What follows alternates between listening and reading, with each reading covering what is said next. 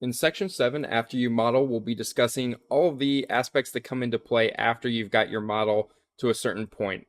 That involves everything from the idea of creating sheets to creating schedules, and then from there, getting your documents out of Revit. So once you've got all of your sheets and schedules and your entire construction documents set up, how do you get all of that out of Revit and into a format that works best for you?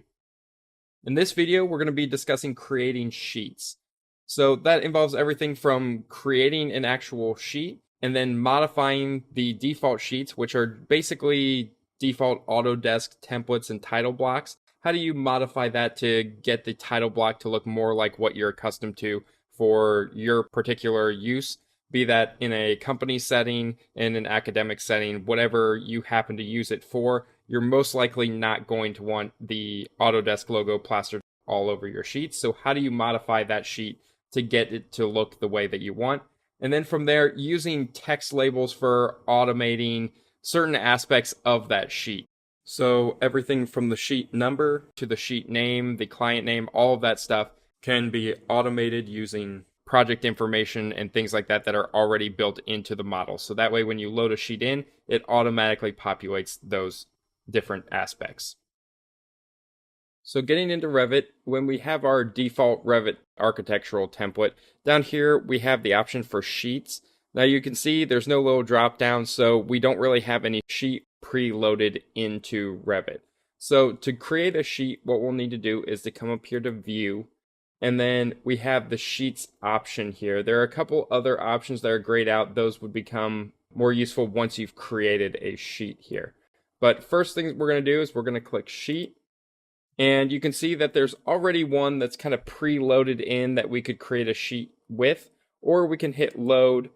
And within the US Imperial Library, there is a title blocks option down here. And we can load in whatever size we really want.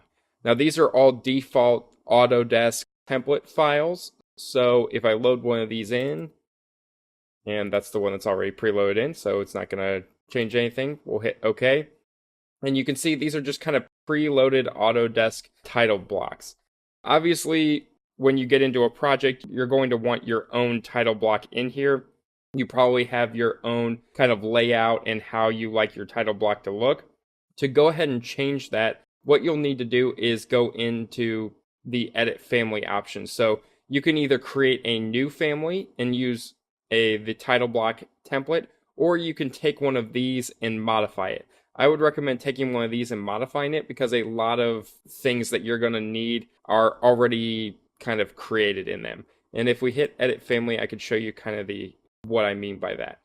So we already have a sheet number down here. We have a sheet name, a project name, client name, project number, the date, who it's drawn by and checked by. All of that sort of stuff is already in here. And if I click on one of these, you'll see that I have the ability to make this a label.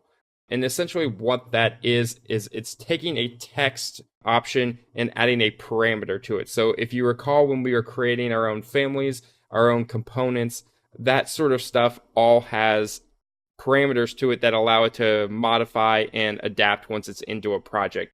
The same thing applies here within our title blocks. So all of these sort of text blocks have options to just be automatically changed. So what I mean by that is if we get back into our project here, we have a sheet A101 with an unnamed sheet title here. Now I can click on this and then just automatically type in the name of my sheet. Maybe I call this first floor. And when I do, what I'll find is that when I look at my sheets here, I have A101, this is the number of the sheet, and then this is the name of the sheet. If I right click on this and rename it here, I see I have the option to change the number and the name. So I could name this A301, and it's automatically going to change the number down here. I also have those options with all of these different things here that I can also change within the project information tab. So if you create a new project and you just come in first thing and input project information, whenever you load a new project template or a new title block in, all of that sort of stuff will automatically be populated based on the project information that you've input here.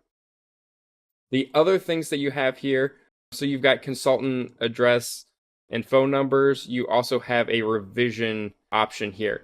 These are things that you would need to input using just the annotate and text option. Quarter is going to be a little too big, so 330 seconds, we could just call this revision 2. And you just kind of place that within that little realm there. You can put a number to it and a date, and you just populate that way. So in terms of bringing in a title block, it's pretty easy. But if you want to edit a title block, since these already have the parameters and stuff associated with them, and there are things that you would most likely want on your own title block, you can go in and modify this title block pretty easily because most of this is all just line work. So as you can see, the edges are all just lines, and you can move those around, adjust them, take out the Autodesk image, put in your own company logo, name, that sort of thing, and just reorient all of this sort of stuff to be what you want it to be.